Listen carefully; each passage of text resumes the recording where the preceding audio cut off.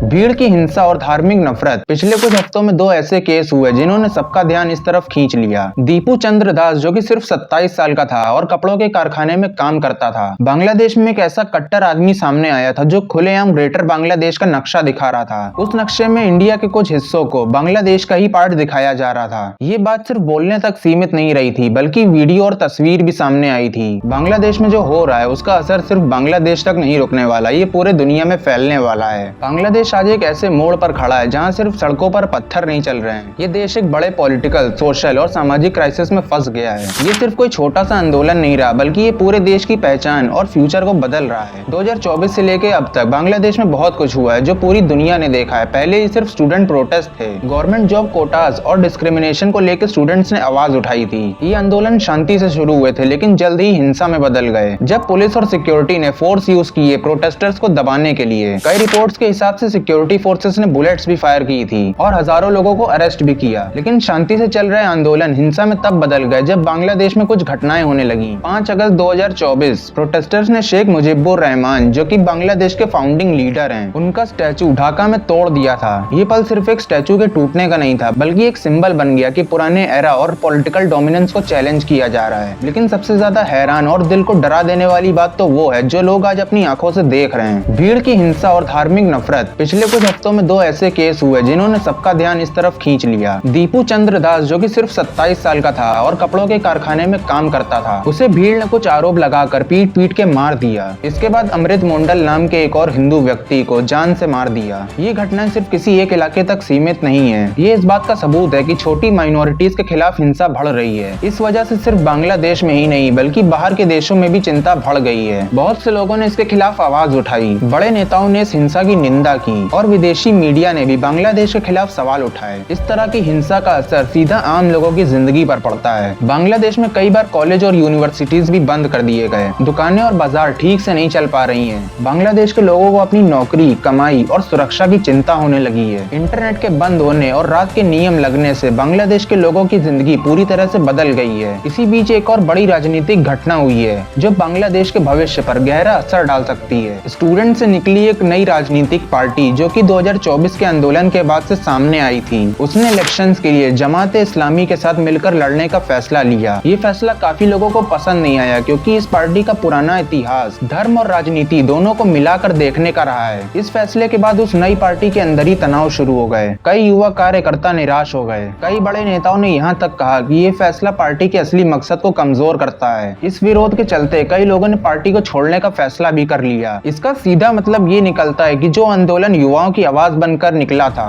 वो अब खुद उलझन में फंस गया है। बांग्लादेश की राजनीति आज एक ऐसे मोड़ पर आ गई है जहां से आगे का रास्ता साफ नहीं है। लेकिन अब बात सिर्फ राजनीति तक नहीं रही, अब बात पहुंच चुकी है जमीन पर रहने वाले लोगों तक। पिछले कुछ टाइम से बांग्लादेश में रहने वाले हिंदू माइनॉरिटीज की सुरक्षा को लेकर सवाल उठ रहे हैं। कई जगह हिंदू बस्तियों पर हमले हुए, घर तोड़ दिया गया, सामान लूट लिया गया और आग लगा दी गई। ये कोई पुरानी बात नहीं है, ये सब अभी के टाइम में चल रहा है। इसी बीच एक और घटना हुई जो इंडिया के लिए भी चिंता वाली बात है। बांग्लादेश में एक ऐसा कट्टर आदमी सामने आया था जो खुलेआम ग्रेटर बांग्लादेश का नक्शा दिखा रहा था। उस नक्शे में इंडिया के कुछ हिस्सों को बांग्लादेश का ही पार्ट दिखाया जा रहा था। ये बात सिर्फ बोलने तक सीमित नहीं रही थी, बल्कि वीडियो और तस्वीर भी सामने आई थी। लेकिन इस घटना के कुछ ही टाइम बाद अननोन शूटर्स ने उस आदमी को गोली मार दी। गोली किसने चलाई, क्यों चलाई, इसका भी क्लियर जवाब नहीं मिला। हमला करने वाले का पता नहीं चला, लेकिन इस पूरे मामले ने टेंशन और बढ़ा दी। इस घटना के बाद से ये सवाल और तेज हो गया कि बांग्लादेश में सब कुछ कंट्रोल में है भी या नहीं। इसके साथ साथ हिंदू लोगों के खिलाफ होने वाले हिंसा ने और डर पैदा कर दिया। कई जगह सिर्फ धर्म के नाम पर लोगों को निशाना बनाया गया। दुकानदारों से जबरदस्ती पैसा मांगा गया, घर छोड़ने की धमकी दी गई और कुछ केसेस में तो लोगों को मार भी दिया गया। ये सब देखकर वहाँ रहने वाले हिंदू परिवार खुद को बिल्कुल अकेला महसूस कर रहे हैं। आने वाले टाइम में बांग्लादेश में 2026 के चुनाव हैं। लोग सोच रहे हैं कि शायद चुनाव के बाद हालात सुधर जाएं, लेकिन अभी जो माहौल है उसमें भरोसा कम और डर ज्यादा दिख रहा है। खासकर तब जब युवाओं से निकली पार्टी भी हिंसा को और बढ़ा रही है। इस पूरे माहौल का नुकसान सबसे ज्यादा आम लोगों को हो रहा है। कोई अपना घर छोड़ रहा है, कोई अपना काम छोड़ रहा है, कोई अपने बच्चों के भविष्य को लेकर परेशान है। जो लोग मारे गए, जो लोग घायल हुए, जो लोग बेघर हो गए, ये सब उनको भुगतना पड़ रहा है। ये सिर्फ आंदोलन नहीं, ये आम लोगों की जिंदगी भी है और इसका असर सिर्फ बांग्लादेश तक नहीं रुकने वाला। इंडिया के साथ रिश्ते,